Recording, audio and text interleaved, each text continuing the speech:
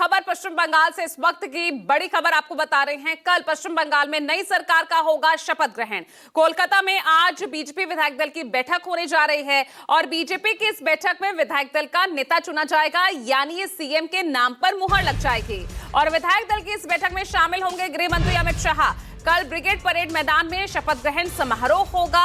पूरी तैयारियां यहां पर कर ली गई है। गृह मंत्री अमित शाह कोलकाता पहुंचकर वहां पर बीजेपी विधायक दल की उन्होंने शाम को 4 बजे बैठक बुलाई है, जिसमें विधायक दल का नेता चुना जाएगा और सामने नाम आ जाएगा कि आखिर कौन होगा बंगाल का अगला मुख्यमंत्री। तो इस वक्त ये बड़ी खबर आपको बता रहे हैं।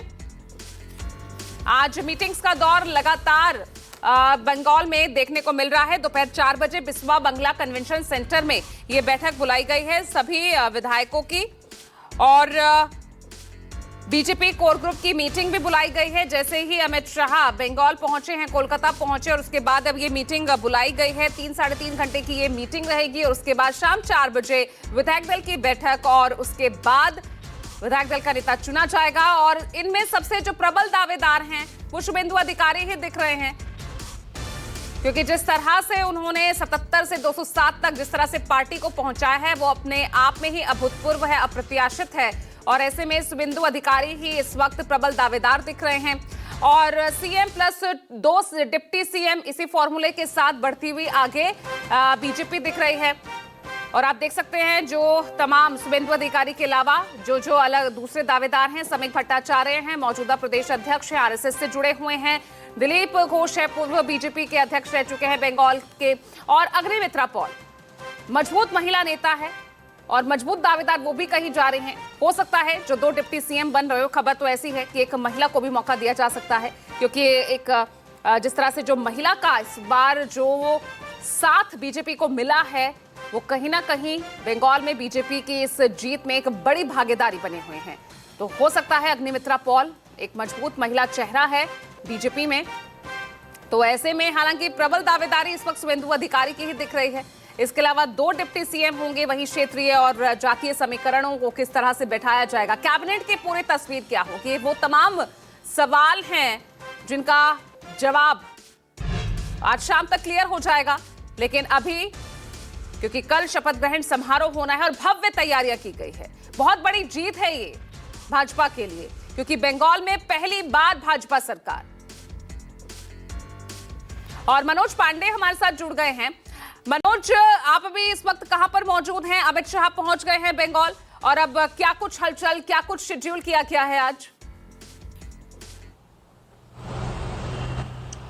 जी बिल्कुल, देखिए जिस तरह से आज गृह मंत्री अमित शाह यहाँ कोलकाता में पहुंचे हुए हैं और पर्यवेक्षक के तौर पे आज यहाँ पे बीजेपी पार्टी की एक अहम बैठक हो रही है। बैठक विधायकों के साथ में हो रही है और विधायक दल का नेता चुना जाएगा। देखिए विधायक दल का नेता चुने जाने के बाद शुभेंदु अधिकारी को ही, जिस तरह से यहाँ पे सूत्र बता रहे हैं कि उनको ही विधायक दल का नेता चुना जाएगा। शुभेंदु अधिकारी ही पश्चिम बंगाल के अगले मुख्यमंत्री होंगे। देखिए ब्रिगेड परेड मैदान जिस तरह से चूंकि नेटवर्क नहीं था, इसे हमें थोड़ा सा इधर आना पड़ा और वहां पे पूरी तैयारियां हो चुकी है। और जिस तरह से कहे कि ब्रिगेड परेड मैदान कोलकाता का ऐतिहासिक मैदान है और कोई भी पार्टी जब सत्ता में यहाँ पे प्रचार प्रसार करना हो या कोई जनादेश या जन ताकत दिखाना हो तो यहीं पे सीपीएम के देखे और टीएमसी की तरफ से भी किया, और प्रधानमंत्री 2014 में भी इसी ब्रिगेड परेड मैदान से शुरुआत किए थे।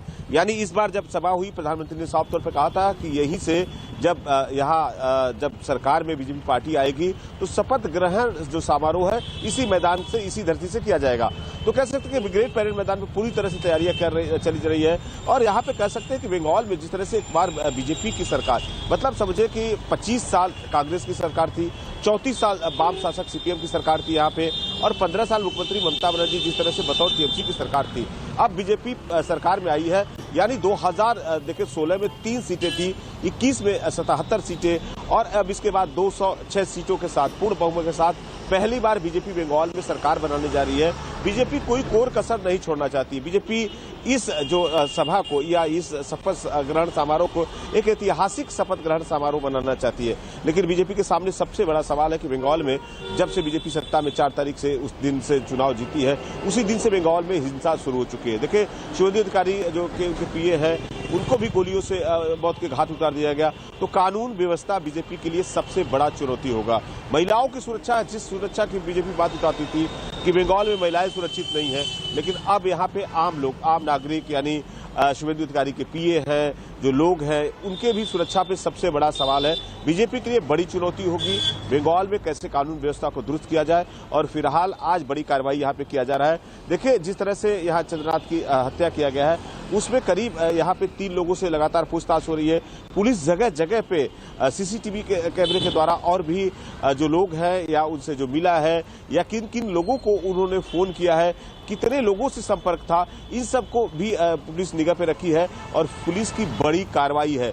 यानी शुभेंदु अधिकारी ने साफ तौर पर कहा है कि 52 घंटे के अंदर में कार्रवाई होगी। जो दोषी है उन्हें सख्त कार्रवाई किया जाएगा और उन्हें पकड़ लिया जाएगा। तो अब पुलिस प्रशासन, यानी देखिए कि इसमें से 3 टीमें काम कर रही है। एचआईटी यहाँ पे गठन किया गया है, पुलिस की टीम बनाई गई है, सीआईडी इस पे लगातार काम कर रही है, कोलकाता पुलिस काम कर रही है और डीजीपी की तरफ से देखिए पूरे निर्देश है कि पूरे कोलकाता में अब कहीं पे यदि हिंसा होती है, पुलिस कड़ा एक्शन लेगी। यानी किसी सेलिब्रेशन में जिस तरह से यहाँ पे डीजे बजाया जा रहा था, इस तरह का उन सब चीजों को भी मनाही किया गया है। तो कह सकते हैं कि बीजेपी के लिए ऐतिहासिक दिन है, ऐतिहासिक समय है। उसके लिए खास करके बीजेपी का कहना है कि जिस तरह से देखे रविन्द्रनाथ टैगोर का जन्मदिन है, रविन्द्रनाथ टैगोर के जन्मदिन से ही बीजेपी पश्चिम बंगाल में यहाँ पे सत्ता में शुरुआत कर रही है। जिस तरह बंगाली अस्मिता का, बंगालियों के कल्चरों को उठाया जाता था, ममता बनर्जी हमेशा से बीजेपी पार्टी पे ये बात का आरोप लगाती थी कि बीजेपी पार्टी बाहर का पार्टी है, बाहर से यहाँ से आती है। और इस बार लगातार जो चुनाव सभाओं में देखा गया कि डेली पैसेंजरी की बात कहा जाता था कि सुबह से लोग आते थे, प्रचार प्रसार करते थे, शाम में चले जाते थे। लेकिन बीजेपी इन सब चीजों को दरकिनार करते हुए पश्चिम बंगाल के, उनका कहना है कि जनता ने उन्हें इस युग का मौका दिया है, जनता का समर्थन मिला है और उसी दिन से ही बीजेपी की शुरुआत हो रही है। यानी जिस रविन्द्रनाथ टैगोर को लेकर बीजेपी यहाँ पे के ऊपर हमला हो रहा था, जनगण मन की बात हो रही थी, बंकिंग के चंद का बात हो रहा था, जिस तरह से प्रधानमंत्री ने देखे बंकिंग उन्होंने दा बोला, उसको लेकर किस तरह से टीएमसी में यहाँ पे हुआ कि बंकिंग बाबू, उस तरह का भी बंगाली स्मिता की बात हो रही थी। तो अब बीजेपी उसी बंगाली के यानी रविन्द्रनाथ टैगोर के जन्मदिन से एक बेहद यहाँ पे बिल्कुल, ये तमाम रणनीतियां ही रही है मनोज की बीजेपी यहाँ अब सत्ता पर काबिज होने जा रही है। कल भव्य शपथ ग्रहण समारोह है। शुभेंदु अधिकारी तो प्रबल दावेदार हैं ही मुख्यमंत्री के, लेकिन यहाँ पर 2 डिप्टी सीएम वाला फॉर्मूला भी बीजेपी अपनाने वाली है। तो ऐसे में उनके लिए यहाँ पर क्या ऑप्शंस यहाँ दिख रहे हैं? अगर शुभेंदु अधिकारी प्रबल दावेदार हैं, जो बाकी विकल्प सामने आ रहे हैं, क्या एक महिला को भी यहाँ मौका दिया जाएगा? क्या जानकारी? और कैबिनेट का क्या स्वरूप हो सकता है? जी बिल्कुल पूजा जी, देखिए शुभेंदु को इसलिए दावेदारी है क्योंकि शुभेंदु के ऊपर कोई सवाल या निशान नहीं है, क्योंकि 2021 में उन्होंने मुख्यमंत्री ममता बनर्जी को नंदीग्राम से वहां से उनको चुनावी परास्त किया था। उसके बाद देखिए 5 साल शुभेंदु अधिकारी लगातार, अभिषेक बनर्जी हो, ममता बनर्जी हो, हिंदुत्व की एकजुट हो, सनातनियों की बात हो, हमेशा से अट्रैक्टिव मूड पे शुभेंदु अधिकारी दिखे। यानी कोई टीएमसी को परास्त किया है तो सबसे ज्यादा किसी की भागीदारी होती है, किसी नेता की होती है, तो शुभेंदु अधिकारी है। देखिए वो नंदीग्राम से भी चुनाव लड़े, भवानीपुर से भी चुनाव लड़े और लगातार मुख्यमंत्री को इस बात का कहते थे कि आपको प्राप्तम माने एक्स माने पूर्व मुख्यमंत्री बनाएंगे। प्राप्तम बंगाली में कहा जाता है कि पूर्व। लगातार इस पे शुभेंदु अधिकारी ने देखिए भवानीपुर से भी उन्होंने जीत हासिल की, नंदीग्राम से जीत हासिल की। शुभेंदु अधिकारी की बड़ी जीत है। बीजेपी पार्टी और गृह मंत्री अमित शाह, प्रधानमंत्री नरेंद्र मोदी, जेपी नड्डा, नितिन नवीन, सबको इस बात का पता है कि शुभेंदु को दरकिनार करके किसी और को मुख्यमंत्री बनाने से बीजेपी पार्टी को पश्चिम बंगाल में नुकसान हो सकती है। इसलिए शुभेंदु का नाम प्रबल है, दावेदारी पे है।